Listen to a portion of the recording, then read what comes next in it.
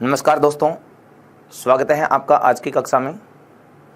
दोस्तों, हमारा जो पिछली क्लास में टॉपिक चल रहा था वह प्रत्यय का टॉपिक था और उस प्रत्यय के टॉपिक में पिछली क्लास में हमने कत्वा प्रत्यय, ल्यप प्रत्यय, कृतिन प्रत्यय, ये जो प्रत्यय थे उन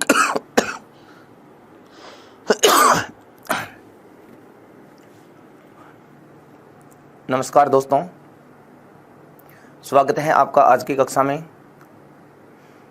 दोस्तों, हमारा जो टॉपिक चल रहा है वो प्रत्यय का टॉपिक है और पिछली अपनी जो क्लास हुई थी उस क्लास में हमने कत्वा, ल्यप, कृतिन ये जो प्रत्यय थे उनकी चर्चा की थी।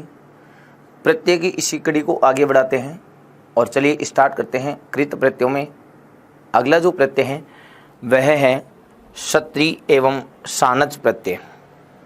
अगला प्रत्यय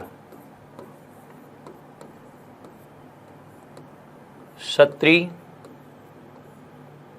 एवं सानच, ये दो प्रत्यय हैं, क्षत्रि और सानच। इनके विषय में अध्ययन करते हैं। लटः क्षत्रि सानच वै प्रथमा समानाधिकरणे। सीधा अर्थ ये याद रखें, क्षत्रि एवं सानच प्रत्ययों का प्रयोग, क्षत्रि एवं सानच प्रत्ययों का प्रयोग लट लकार, लट लकार बोले तो वर्तमान काल, लट लकार की क्रिया के अर्थ में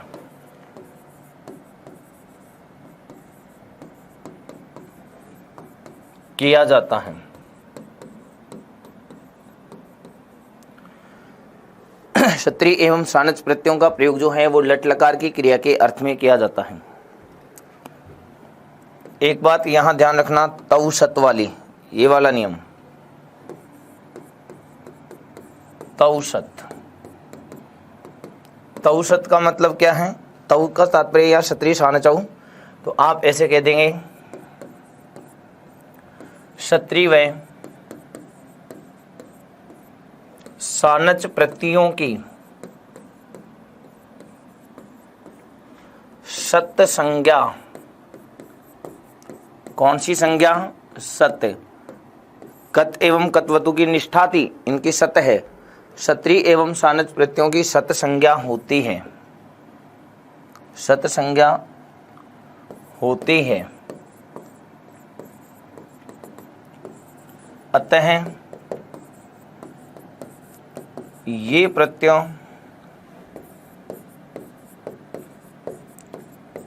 सत संज्ञक प्रत्यय कहलाते हैं। ये ध्यान रखना, इनका नाम है कौन से प्रत्यय? सत संज्ञक प्रत्यय। अगली पंक्ति से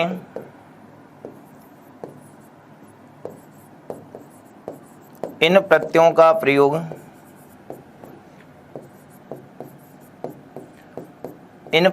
प्रयोग हिंदी भाषा के हुए अर्थ में हुए, अब वो लिंगानुसार बदल जाएगा। पुल्लिंग है तो हुआ, हुई, हुए, स्त्रीलिंग में हुई, फिर ऐसे बहुवचन में हुए, पढ़ते हुए, जाता हुआ, लिखती हुई, हंसते हुए, ऐसे क्रिया के साथ जहाँ हुआ, हुई, हुए आदि अर्थ आते हैं वहाँ क्षत्रि या सानच का प्रयोग होता है। तो इन प्रत्ययों का प्रयोग हिंदी भाषा के हुए अर्थ में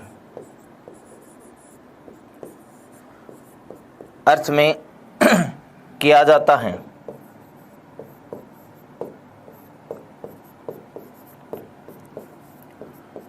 ये ध्यान रखेंगे, इन प्रत्ययों का प्रयोग हिंदी भाषा के हुए अर्थ में किया जाता है। उसके बाद आगे ये ध्यान रखें,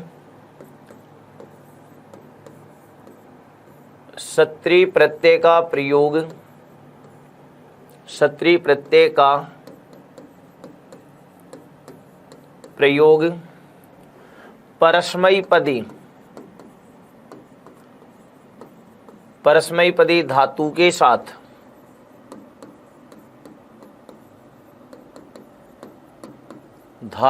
साथ किया जाता है।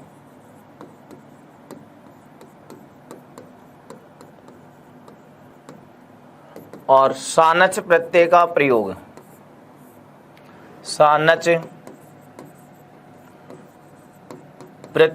प्रयोग आत्मनेपदी धातु के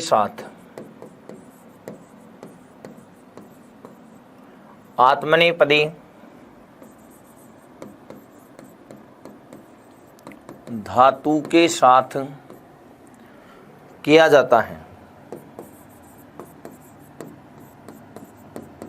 ये ध्यान रखेंगे। फिर उसके बाद सत्री प्रत्यय का अत शेष रहता है। क्या शेष रहता है? अत।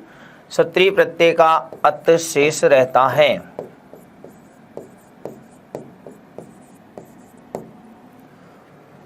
आगे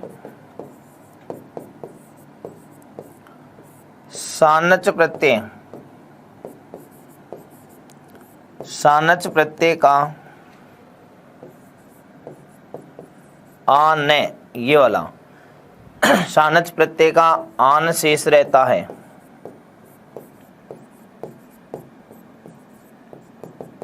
ये बात ध्यान रखेंगे। सत्री का अत शेष रहता है और सानच का आन शेष रहता है। ठीक है। उसके बाद आगे सत्री प्रत्ययान्त शब्द।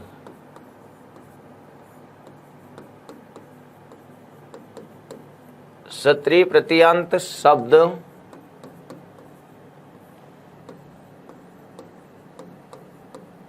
तीनों लिंगों में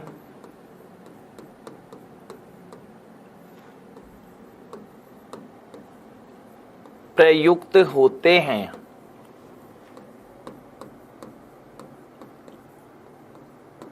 ये ध्यान रखेंगे। सत्री प्रत्ययान्त शब्द तीनों लिंगों में प्रयुक्त होते हैं। और तीनों लिंगों में ये कैसे होते हैं, इसके लिए ध्यान रखें।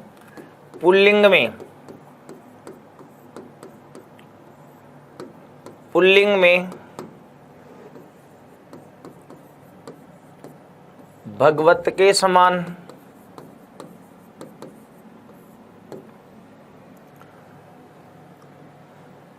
स्त्रीलिंग में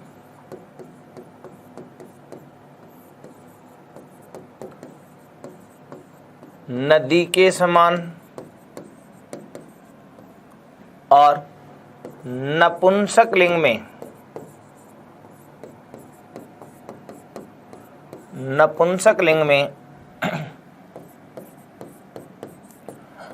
जगत के समान। ठीक है। अब आगे सानच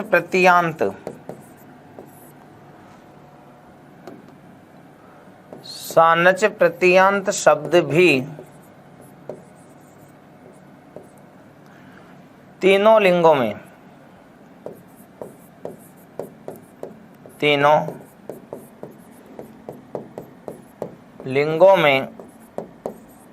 प्रयुक्त होते हैं।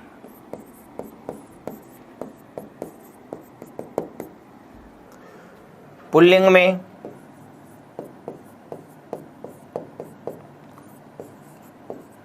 में राम की तरह हैं।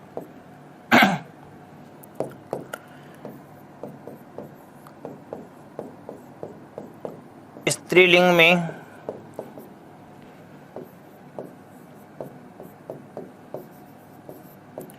रमा की तरह हैं। और नपुंसक लिंग में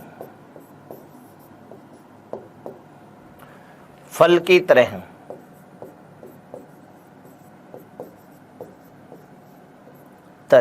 ये ध्यान रखें। क्षत्रिय प्रत्यान शब्द तीनों लिंगों में भगवत, नदी और जगत की तरह, और सानस प्रत्यान शब्द तीनों लिंगों में राम, रमा, फल की तरह। इस तरीके से इनके रूप जो हैं प्रयुक्त होंगे, बदलते रहेंगे। उसके बाद आगे जब हम सानच की बात करते हैं, सानच की, तो याद रखें स्वरांत धातु है, स्वरांत धातु है तो जुड़ेगा क्या? आन। और हलंत धातु है, हलंत धातु, तो यहां जुड़ जाएगा क्या? मान। ये सानच में आप विशेष ध्यान रखेंगे। स्वरांत धातु आएंगी तब तो आन हो जाएगा, और हलंत धातु होंगी तो आने मुख्य सूत्रानुसारेण यहाँ मान हो जाएगा। ठीक है, अब बात करते हैं हम इनके पहचान की। ठीक है भाई, तो पहचान की बात करते हैं। पहचान,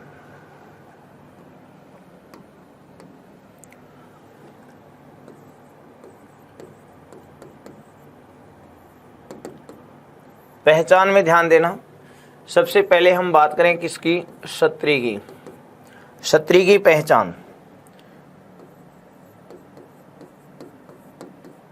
पुल्लिंग, स्त्रीलिंग और नपुंसकलिंग, तीनों में पहचान कैसे होगी? देखिए, धातु मिलेगी आपको और उस धातु के साथ में पुल्लिंग में तो दिखाई देगा अन, स्त्रीलिंग में अंति या फिर अति, दोनों में से कोई सा, अंति या अति। और नपुंसक लिंग है उसमें आएगा क्या? अत। नपुंसक लिंग जो है, नपुंसक लिंग,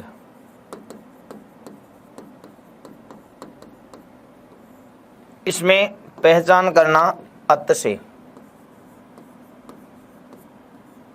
ये क्षत्रिय की पहचान है। पुल्लिंग वाले शब्द में अन्य न के हलंत है, ध्यान रखना।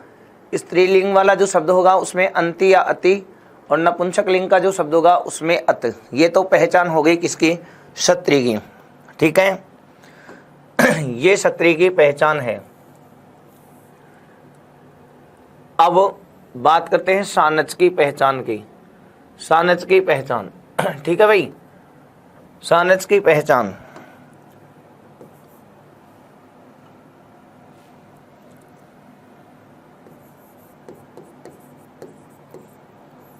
सानच की पहचान, पुल्लिंग,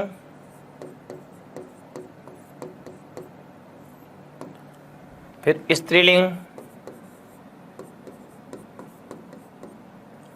और नपुंसकलिंग।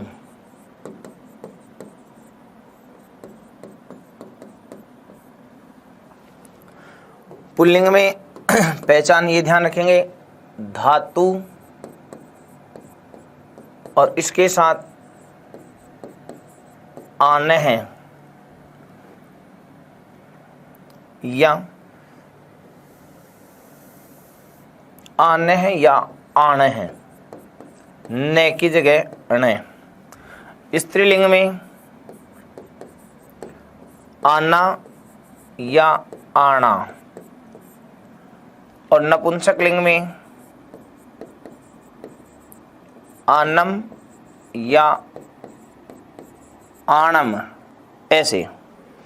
ठीक है, दूसरी पहचान आपको ये मिलेगी, धातु के साथ में मान है। आन या मान की बात करे थे ना, तो मान है या मान है, यहाँ माना या फिर माना, और यहाँ मानम या फिर माणम, ने की जगह ने। ठीक है ना, ये इस तरीके से आप यहाँ पहचान करेंगे। ये पुल्लिंग की पहचान है, ये स्त्रीलिंग की, और ये नपुंसकलिंग की। मूलतः आन या मान रहेगा, फिर पुल्लिंग में आन है और न का न भी तो बन जाता है ना, तो आन है या आण है। इसी प्रकार आना का आना बन जाएगा, आनम का आनम। मानह का मानय बन सकता है, माना का माना बन सकता है, मानम मानम। इस तरीके से आएगा। इसका मतलब वो जो है अपने पास प्रत्यय आ गया, वह है कौन सा प्रत्यय? सानच प्रत्यय। ठीक है, इस तरीके से आप इन दोनों की पहचान कर लेना। तो सत्री की पहचान और ये सानच की पहचान। ठीक है भाई, इस तरीके से आप यहाँ इन दोनों की पहचान करेंगे। अब लेते हैं इनके उदाहरण। उदाहरण में बढ़ते हैं। पहले सत्री के उदाहरण।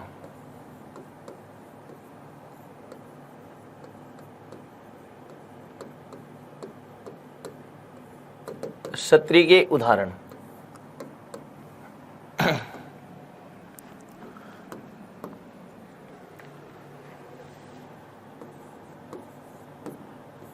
पठ प्लस सत्री। ठीक है, अब इसका पुल्लिंग, स्त्रीलिंग और नपुंसकलिंग।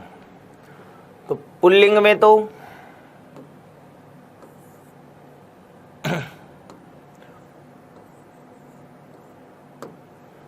पुल्लिंग में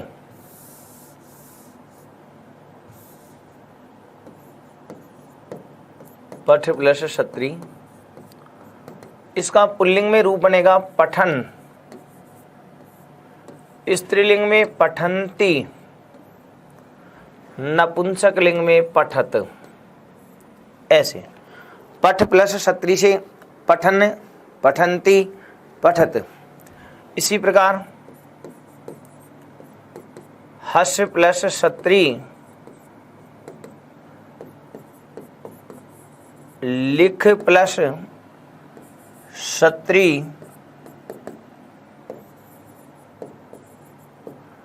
खाद प्लस सत्री। इसी प्रकार हम बात कहें गम प्लस सत्री। इसी प्रकार हम बात में नम प्लस सत्री धाव प्लस सत्री। तो इन सब के रूप कैसे बनेंगे वो ध्यान देना। जिस प्रकार अपने पठ के रूप बनाए हैं वैसे ही हस का हसन, लिख का लिखन, खाद का खादन, इसी प्रकार गम का गच्छन स्थानीय आदेश के साथ, नम का नमन, धाव का धावन। ये तो पुल्लिंग के बन गए। अब स्त्रीलिंग का कैसे बनाओगे? जैसे पठ का बनाए वैसे स्त्रीलिंग का हसंती, लिखंती,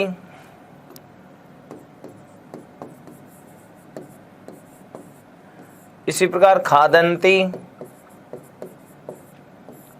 गच्छन्ति, यहां बन जाएगा नमंती, यहां बन जाएगा धावंती। ऐसे ही यहां हसत, लिखत, खादत, गच्छत, ऐसे ही नमत, धावत। इस तरीके से ऐसे आप यहां पहचान कर लेंगे। उदाहरण और ले लेते हैं।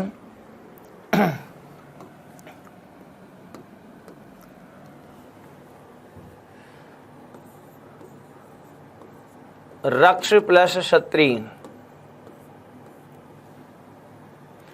इसी प्रकार भक्ष प्लस क्षत्री, ताड प्लस क्षत्री। वैसे धातु तड है, तड का ताड़ बनता है, ताड़ प्लस छतरी,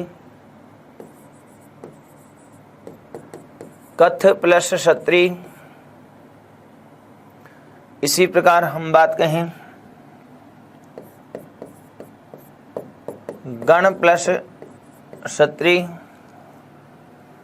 ठीक है, आगे उदाहरण ले लेते हैं।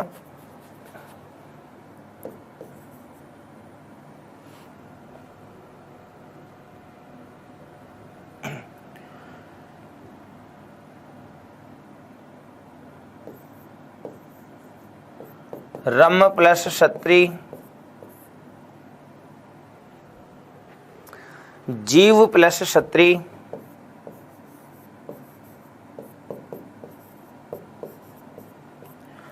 क्रीड प्लस छतरी,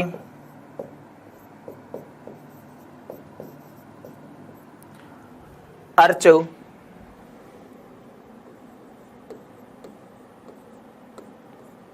अर्च प्लस छतरी,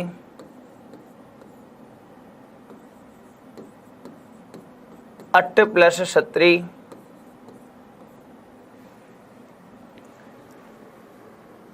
ठीक है। इस तरीके से अपन यहाँ जो है इसकी पहचान कर लेंगे। दृश्य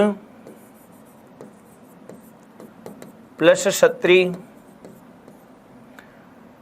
स्था प्लस छतरी, पा प्लस छतरी, पाल प्लस छतरी, ऐसे। ठीक है, अब इनके रूप जो हैं वो कैसे बनेंगे?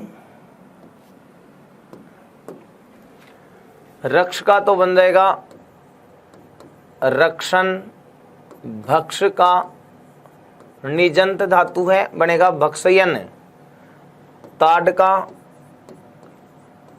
ताड़यन, कथ का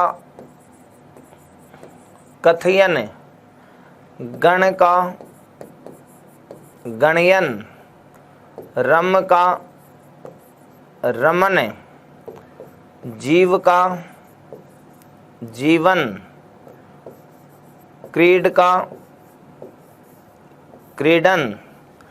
अब आगे स्त्रीलिंग के, जैसे पट की तरह बनाए थे वैसे स्त्रीलिंग के रक्षन्ति और नपुंसक लिंग में रक्षत, ऐसे। भक्षयन्ति, भक्षयत, ऐसे बना लेंगे। ताड़यन्ति, ताड़यत, कथयन्ति,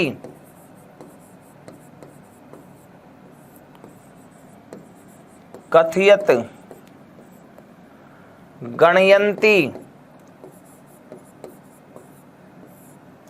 गणयत,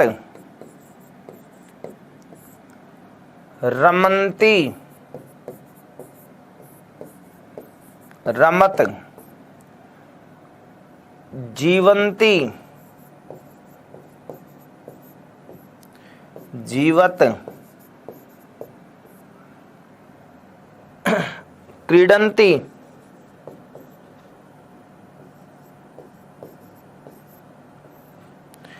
क्रीडत,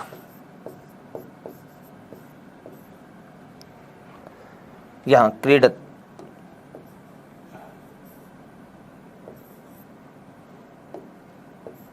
क्रीडत, ऐसे। तो अर्च का अर्चन, अटने, पश्यन, दृश्य का बन जाएगा पश्य, पश्यति, पश्यते, पश्यन्ति, ऐसे रूप लिखते हैं लट लकार में, लट लकार की तरह चलेंगे। स्थागा तिष्ठन, पाका पिबन, पालका पालयन। अब स्त्रीलिंग और नपुंसकलिंग के रूप है ना इनके, आप इनकी तरह बनाना। अर्च, अर्चन्ति, अर्चत, अटन्ति अटत, पश्यन्ति पश्यत, तिष्ठन्ति तिष्ठत, पिबन्ति पिबत, पालयन्ति पालयत, ऐसे रूप बनाएंगे। ठीक है, इसके बाद आगे उदाहरण लेते हैं इसके। दा धातु आ गई, दा प्लस क्षत्री, क्री प्लस क्षत्री। ठीक है, इसी प्रकार हम बात करें घ्रा प्लस क्षत्री, अश्व प्लस क्षत्री, धा प्लस क्षत्री, ऐसे ज्ञा धातु है, ज्ञा प्लस क्षत्री। तो इनके रूप कैसे चलेंगे वो सुनना। यहां सबसे पहले हम बात करते हैं दा की। दा का रूप बनेगा ददत, ददन, ददती, ददंती नहीं आएगा, यहां ददती आएगा, ददन, ददती और ददत। यहां कुर्वन, कुर्वन, कुर्वती, कुर्वत। इसका जिघ्रन, जिघ्रन, जिघ्रति और जिघ्रत। इसका सन्ने, अस का सह बन जाएगा, सन्ने, सती, सत, धाका,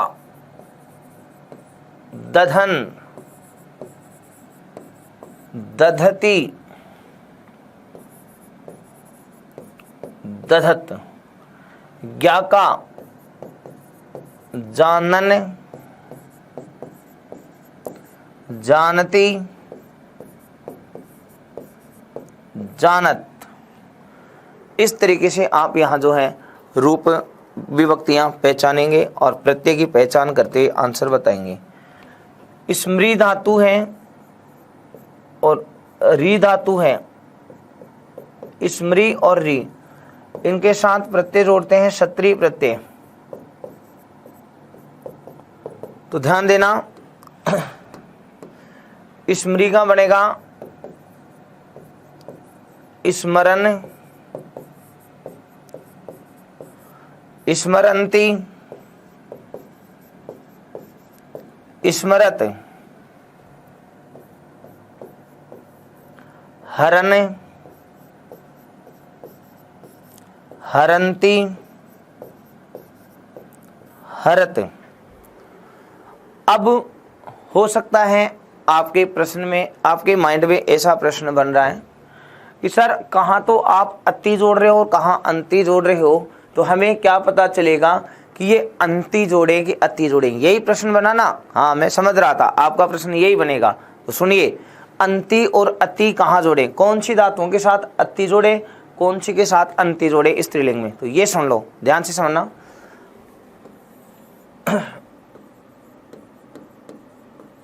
अंति व अति का प्रयोग, अंति व अति का प्रयोग, इसमें सुन ला। लट लकार प्रथम पुरुष बहुवचन, लट लकार प्रथम पुरुष बहुवचन में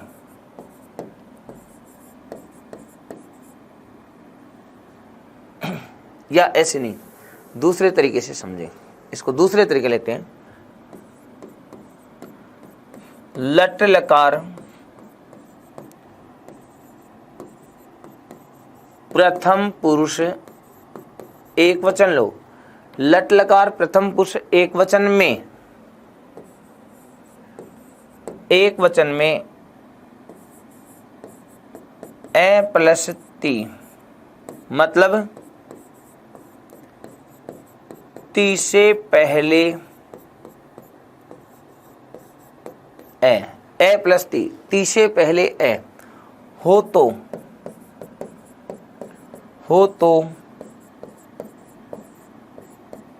अंति का प्रयोग होगा, अंति का प्रयोग होगा।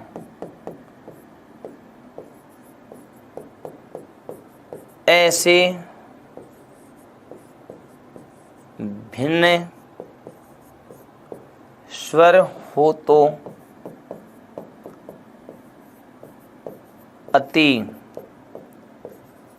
अति का प्रयोग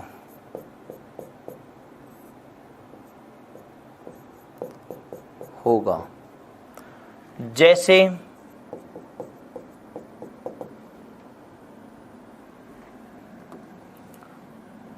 आपने लिखा बैठती, तो यहाँ तो है ए और यहाँ है ती, तो ती से पहले ए आया है तो यहाँ बनेगा पठंती, ठीक है। और आपने लिखा दाती, ददाती, यहाँ क्या आया है आ है और फिर ती है, इसलिए यहाँ बनेगा ददती। ऐसे तो ती से पहले ए है तो अंति, और ए से अलावा कोई स्वर आ गया तो यहाँ क्या हो जाएगा अति, ठीक है। जैसे समझना, उदाहरण एक और, आपने ये लिखा लिखती और ये आ गया करोती। अब यहाँ पर तो क्या है अति और यहाँ क्या है ओती, तो इसमें तो आएगा लिखंती और इसमें आ गया क्या कुर्वती। ऐसे अंति और अति, तो यहाँ तो क्या आया है अंति और यहाँ क्या आ गया अति। यही समझाना चाह रहा था मैं, कौन सी धातुओं के साथ अंति और कौन सी के साथ अति। तो ध्यान दो, जहां लट लकार प्रथम पुरुष एक वचन है और उसमें ती से पहले ए आता है तब तो अंति जुड़ता है, और ती से पहले ऐसे भिन्न स्वर हो तो क्या जुड़ेगा अति। ये पहचान आप जो सत्री प्रत्यय वाले जो स्त्रीलिंग के शब्द हैं उनमें आप ढूंढेंगे। दूसरी बात, आपके प्रत्यय का प्रश्न है जो अपठित गद्यांश और जो पद्यांश होगा उसमें से आएगा, तो वहां तो ऐसे शब्द ऑलरेडी आएंगे, ऐसे तो ऑलरेडी लिखे होंगे, इसलिए आप वहां पहचान कर लेना अंति या अति से, और फिर आप वहां अपना प्रत्यय जो बताएंगे वह बताएंगे सत्री प्रत्यय, लेकिन वो धातु के साथ होना चाहिए, ठीक है। ये तो हो गए अपने सत्री के उदाहरण। अब बात करते हैं सानच के उदाहरण। तो सानच के उदाहरणों की बात करें तो सानच में स्वरांत धातु मिलेगी तो आन, और हलंत धातु आएगी तो मान। तो सानच के उदाहरणों की बात करते हैं, जैसे सेव प्लस सानच, और एक उदाहरण लेते हैं दा प्लस सानच का, ठीक है ना। सेव प्लस सानच और दा प्लस सानच। अब हलंत धातु है तो मान कर दीजिए, हलंत धातु है तो मान, तो रूप होगा कौन सा सेव मान है, सेव माना और सेव मानम। ऐसे हलंत स्वरांत धातु आए तो जैसे ददान है, ददाना, ददानम। ऐसे तो स्वरांत धातुओं के साथ तो आन और हलंत धातुओं के साथ क्या आएगा मान आएगा। अब ऐसे और भी कुछ उदाहरण हैं आत्मनेपदी के, वो उदाहरण लिख लेते हैं। जैसे लभ, लभ पनस सानच। इसी प्रकार वृत प्लस सानच, वृद्ध प्लस सानच, जन्य प्लस सानच। तो रूप क्या बनने हैं इनके, रूप ये बनेंगे लभ माने हैं। अब यहां दोनों रूप बनाए लेंगे, लभमाना लभमानम, यहाँ बन जाएगा वर्तमान है, वर्तमान है वर्तमाना वर्तमानम, यहाँ बनेगा वर्धमान, तो वर्धमान है वर्धमाना वर्धमानम, यहाँ जायमान जायमान, जायमान है जायमाना जायमानम, ऐसे रूप होगा। ठीक है, इसी प्रकार उदाहरण जैसे रुच धातु है, रुच प्लस सानच, इसी प्रकार शुभ प्लस सानच। अब धातु हम बात करते हैं स्वरांत की, क्री प्लस सानच, धा प्लस सानच, ज्ञा प्लस सानच।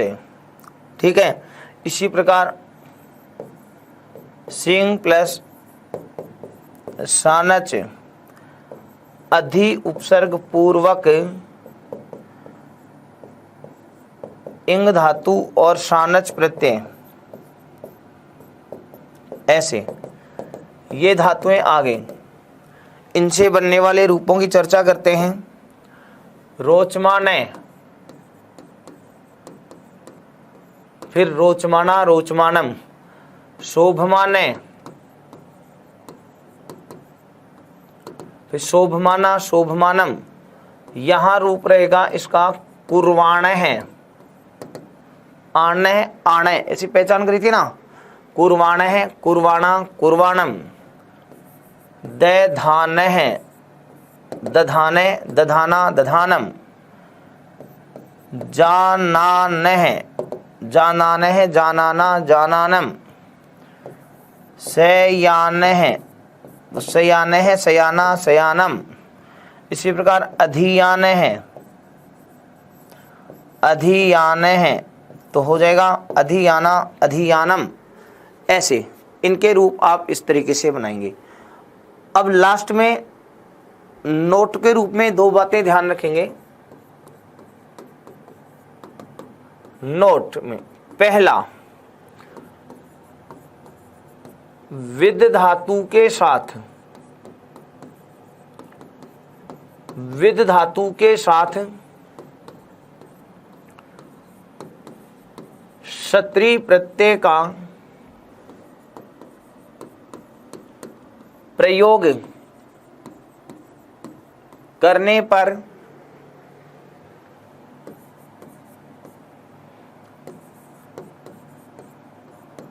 क्षत्रिय के अत के स्थान पर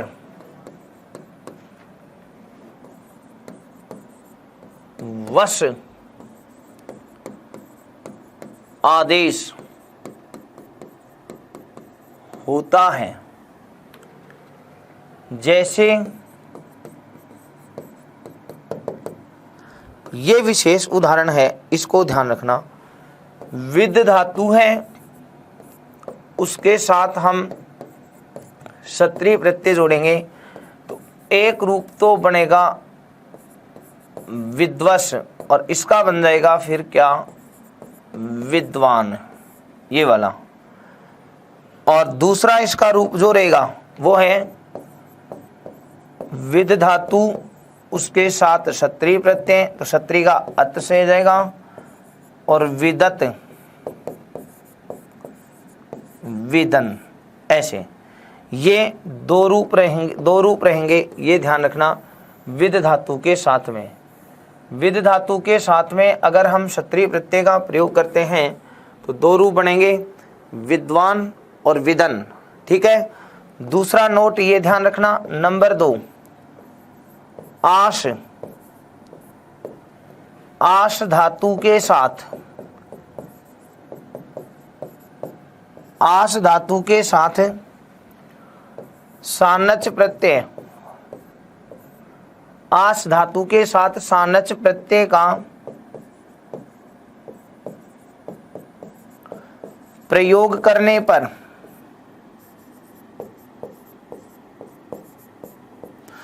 आस धातु के साथ सानच प्रत्यय का प्रयोग करने पर आन के स्थान पर ईन, आन के स्थान पर ईन हो जाता है। ईदास है सूत्र है, उससे इसका सूत्र है विदेश चतुर्वश है, ये ईदास है। इन नियमों से तो सीधा याद रख लो, आस धातु के साथ सानच प्रत्यय का प्रयोग करने पर आन के स्थान पर क्या हो जाता है, ईन। ये जो आन है उसका क्या बन जाएगा, ईन। जैसे उदाहरण, आस प्लस सानच। अब हलंत धातु थी तो मान हो जाना चाहिए था लेकिन नहीं, आन का इन बनेगा और रूप यहां ये बनेगा आसीन है। अब स्त्रीलिंग में कर देंगे तो आसीना, स्त्रीलिंग में आसीना और नपुंसक लिंग में आसीनम, ऐसे रूप हो जाएगा। तो इसका ये दूसरा जो विशेष उदाहरण है वो ये वाला ध्यान रखना। अगर हम बात कहें आस धातु की, तो आस धातु के साथ जैसे ही सानच जोड़ेंगे तो आसीन बनेगा और विद धातु के साथ क्षत्रिय जोड़ेंगे तो दो बनेंगे, विद्वान और विदन। इस तरीके से ध्यान रखेंगे। ये अपना इसमें हो गया कौन सा, क्षत्रिय और सानच। तो इस क्लास में, आज की इस क्लास में हमने जो प्रत्यय हैं कृत प्रत्ययों में क्षत्रिय और सानच, उनकी चर्चा की है। कृत प्रत्ययों के शेष जो प्रत्यय हैं उनकी चर्चा हम अगली क्लास में करेंगे। जय हिंद, जय भारत।